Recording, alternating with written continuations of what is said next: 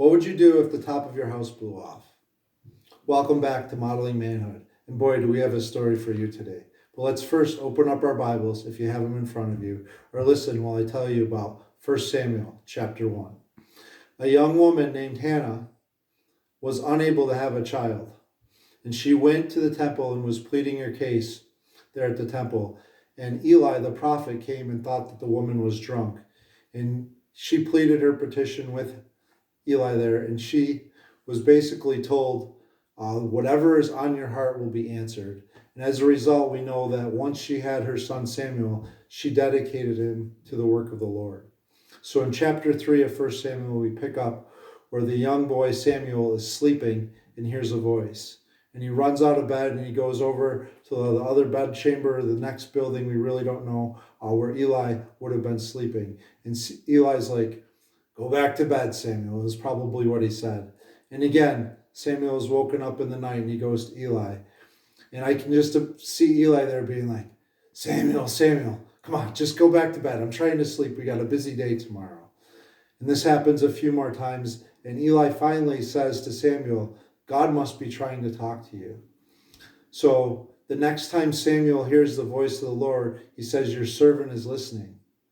Sometimes the Lord uses simple things in our sleep or dreams or situations that happen in our everyday life to teach us a lesson. So one lesson that I had to learn took place on a January day many years back. It seems to go hand in hand whenever we have a super nice, out of the ordinary, very warm day in January, that the next day is anything but blissful.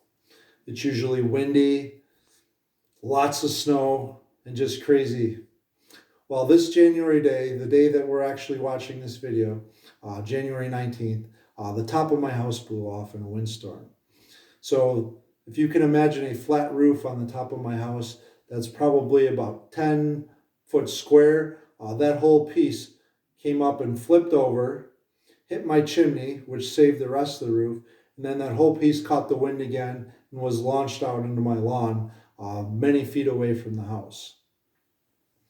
So imagine being in bed and you hear all this ruckus and wind and what sounds like a grand piano falling all the way through your house and landing in the basement. What would you do? Would you keep sleeping? Would you call for help? Well, I called for help. And luckily, most of the area was closed down that day, and I was able to recruit some wonderful friends and family members to come and build up a new part for the top of our house, which kind of stood as like a box for a few years. Today we have some windows up there and have a real nice look out over our property here. But that was a hard lesson. So maybe you're going through life and just smooth sailing, and God has something coming to teach you a lesson. So be prepared this year. Thank you so much for watching, and I hope that you guys can weather the storms that life sometimes throws at us, whether it's a flash flood, a tornado, a hurricane, accident, loss of a loved one, or just some unexpected news from the doctor, or maybe termination from a job. I just want you guys to trust God through the thick, the thin, the easy, and the hard. And remember, mirror your maker and journey with Jesus today.